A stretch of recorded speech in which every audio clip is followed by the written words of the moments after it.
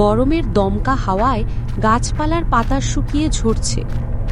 ভোলা এক হাতে ছোট্ট ঝোলা নিয়ে গ্রামের রাস্তা দিয়ে হেঁটে যাচ্ছে, মুখে ক্লান্তি, চোখে হতাশা।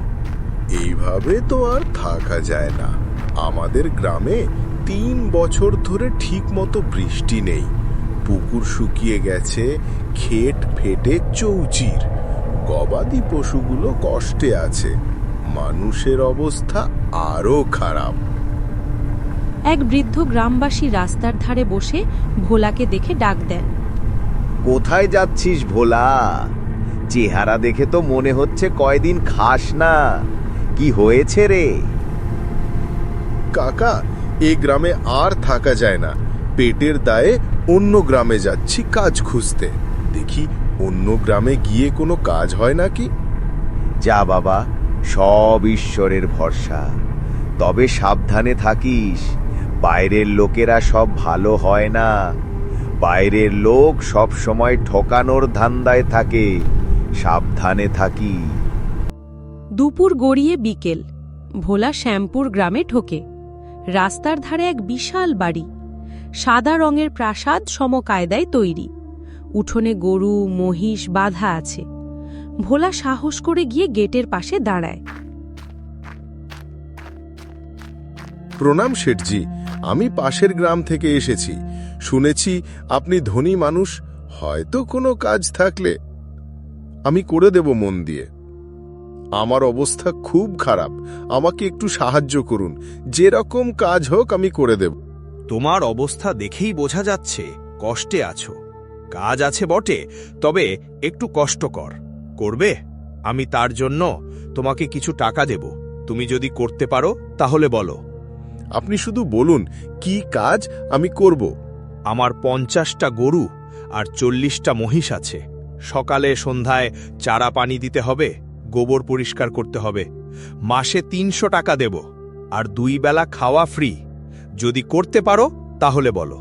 আহা, এত কাজ একা সামলানো কঠিন, কিন্তু এখন উপায় নেই। রাজি আছি, তবে একটা কথা, থাকার জায়গা নেই। থাকার কোনো জায়গা নেই? তোমাকে ওই গোয়ালেই থাকতে হবে। ভোলা সেদিন থেকেই কাজে লেগে যায়। সকালে গরুর ডাক, সন্ধ্যায় মহিষের ঘণ্টার ধ্বনি, সারাদিনের গন্ধ আর ধুলো সব কিছু সহ্য করে সে মন দিয়ে কাজ করে। কয়েক মাস পর। ভোলা, তুমি খুব ভালো কাজ করছো। দুধের পরিমাণ বেড়েছে, গরুরা সুস্থ আছে, তাই তোমার বেতন 600 টাকা করলাম। এবার তুমি খুশি তো? হ্যাঁ শেঠজি, অনেক ধন্যবাদ। আর আপনার আশীর্বাদের জন্য আমি মন দিয়ে কাজ করছি। আমি আরো মন দিয়ে কাজ করব। আপনি শুধু আমার পাশে থাকবেন। বছর দুয়েক পরে ভোলার হাতে কিছু টাকা জমে। সে একটি ছোট্ট কুঁড়েঘর বানিয়ে নেয়। অবশেষে গোহালার গোবরের গন্ধে থেকে মুক্তি। একটু স্বস্তির নিঃশ্বাস নিতে পারবো। এতদিন গোয়ালের গন্ধে প্রাণ আসে যায়। কিন্তু একদিন বাজারে শুনতে পায়, শুনেছেন? গত সপ্তাহে কানাই সাহেবের ঘরে চুরি হয়েছে। দিনে তো সবাই কাজের জন্য বাইরে থাকে, তখনই চোরেরা হাত মারে। দিন দিন চোরের সাহস বেড়েই চলেছে। কে জানি কবে কার কখন কি হয়। হায় রে, আমারও তো টাকা জমেছে। যদি চুরি হয়ে যায় তাহলে তো আমার জীবন শেষ। ওই কয়টা টাকা জমিয়েছি তাও যদি যায় তাহলে কি হবে আমার? না, একটা ব্যবস্থা করাই লাগবে। সেঠজি, চোরের উপদ্রব অনেক বাড়ছে। আমি তো অনেক কষ্ট করে কয়েকটা টাকা জমিয়েছি, তাও যদি চুরি হয়ে যায় তাহলে আমার কি হবে? তুমি একটা উপায় বলো। গ্রামের জমিদার জগন্নাথ সিংহ নাকি খুব সৎ মানুষ। পাহারা আছে, চোরের ভয় নেই। চাইলে ওখানে রেখে দাও। না ছাড়া আমার অন্য কোথাও সেরকম জানা নেই। দেখো তুমি এখন কি করবে। ভোলার সময় নষ্ট না করে তখনই সে জমিদারের কাছে যাওয়া শুরু করে। কোথায় যাচ্ছ? জমিদার বাবুর সাথে দেখা করতে চাই, কিছু টাকা রাখবো। জমিদার বাবু কি বাড়ি আছে? হ্যাঁ, বাড়ি আছে, যাও।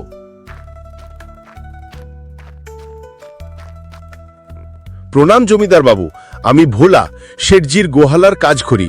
কয়েক বছরে 7,000 টাকা জমিয়েছি। চুরির ভয়ে বাড়িতে রাখতে পারছি না।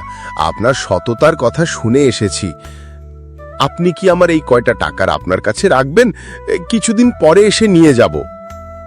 মার টাকা আমার কাছে নিরাপদ থাকবে। দাও, এই চিন্তা করার কোনো দরকার নেই, আমার কাছে নিরাপদেই থাকবে। গুনে নিন, 7,000 টাকাই আছে।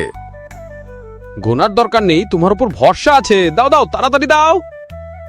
2 বছর কেটে যায়। ভোলা জমি কেনার জন্য টাকা তুলতে যায়।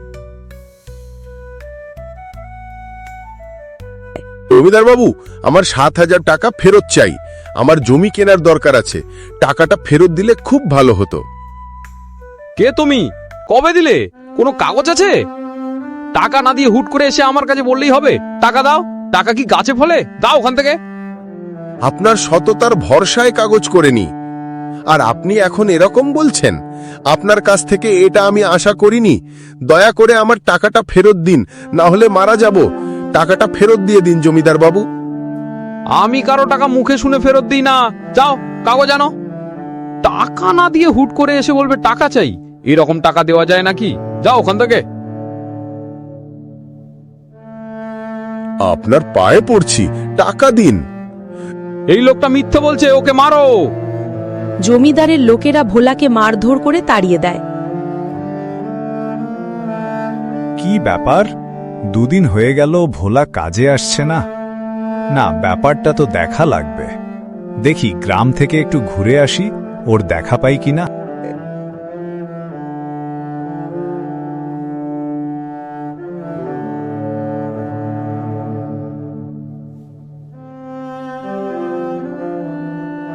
কি হয়েছে?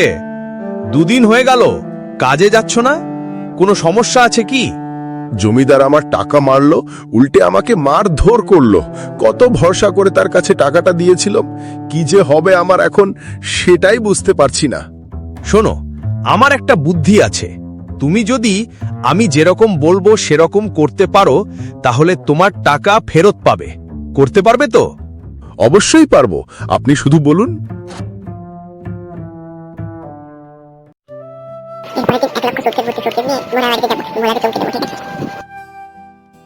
পরদিন শেঠজি 1 লক্ষ টাকা ভর্তি সুটকেস নিয়ে জমিদারের কাছে যায়। জমিদার বাবু, বাইরে ব্যবসায় যাব, টাকা আপনার কাছে রাখতে চাই। বড় শিকার, এবার তো পকেট পুরো গরম হয়ে যাবে।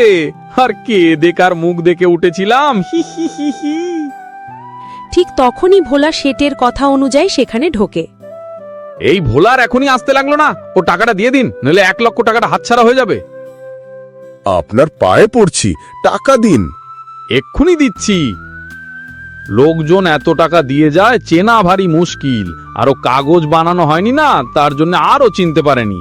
এই নাও, তোমার টাকা নাও।